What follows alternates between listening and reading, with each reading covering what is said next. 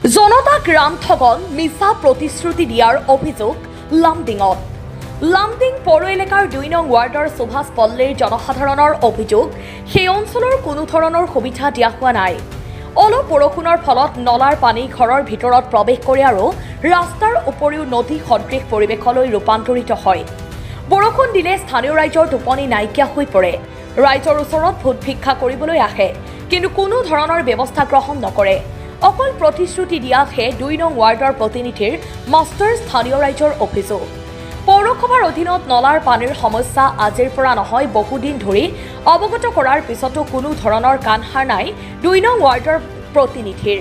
বিধায়ক শিবু মিশ্ৰৰ ওচৰত সেই এলেকাৰ ২ নং ৱাৰ্ডৰ সকলো জনসাধাৰণৰ লিখিত অভিযোগ দিয়াৰ পিছতো আজিলৈকে কোনো ধৰণৰ ব্যৱস্থা গ্ৰহণ কৰা নাই।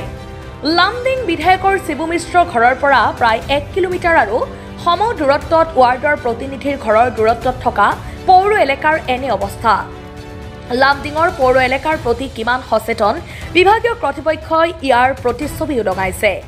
কিয় পৌৰসভাৰ কৰ্তৃপক্ষই আৰু বিধায়ক শিবু মিশ্ৰই সম্পূৰ্ণ বিষয় গুৰুত্ব সহকাৰে বিবেচনা কৰা নাছিল কিয়, এই লৈ এতিয়া প্ৰশ্ন উত্থাপন হৈছে।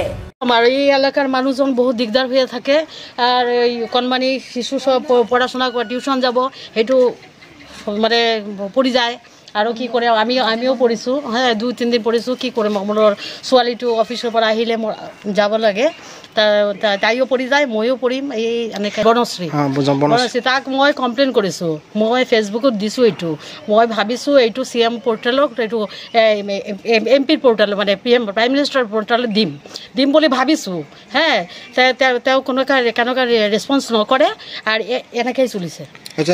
সদায় ভোট চাই থাকে, ইলেকশ্যনৰ আগতে আহিব, তেওঁলোকে চাহ পানী খাব, ওলাই যাব।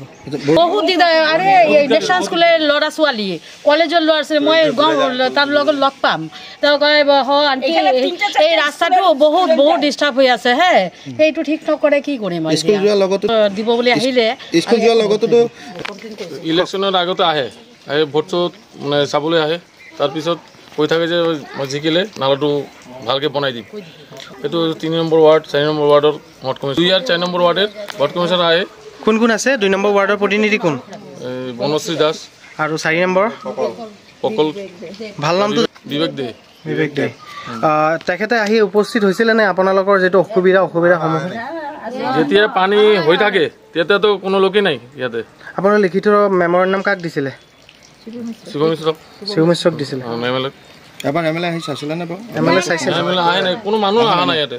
আৰু যেতিয়া আপোনালোকৰ ইয়াত বানপানী হৈ যায়, মানে যিটো নলাৰ পৰিণতত নদীত মানে কোনো মানুহ নাই, তেতিয়া এবাৰ কোনো ৱাৰ্ড কমিশ্যনাৰ কোনো মানুহ নাই, কোনো মানুহ ঘৰৰ মানুহ চাফা কৰিব লাগে। এই রাস্তা না ড্রেনটা বোধহয় হইব, 2টা মানুষ ঢুকবো, ড্রেন এতভাবে নিচে এই ড্রেনটা পরিষ্কার হয় না। কতদিন কওয়া হয়েছে কিন্তু পরিষ্কার হইতেছে না। কোনো মতো কোনো সময় আইলো বোল্ডেজার বা কিছু আইলা 2-1টা উঠাই দিয়ে গেল গিয়া আবার ঘুরে যায়, কিন্তু ফুললি কেউ কেতেও না হয়। মানে আপনি দিছো কাক দিছে? আমাদের মাননীয় বিধায়ক শিবু মিশ্রকে সব দিছো।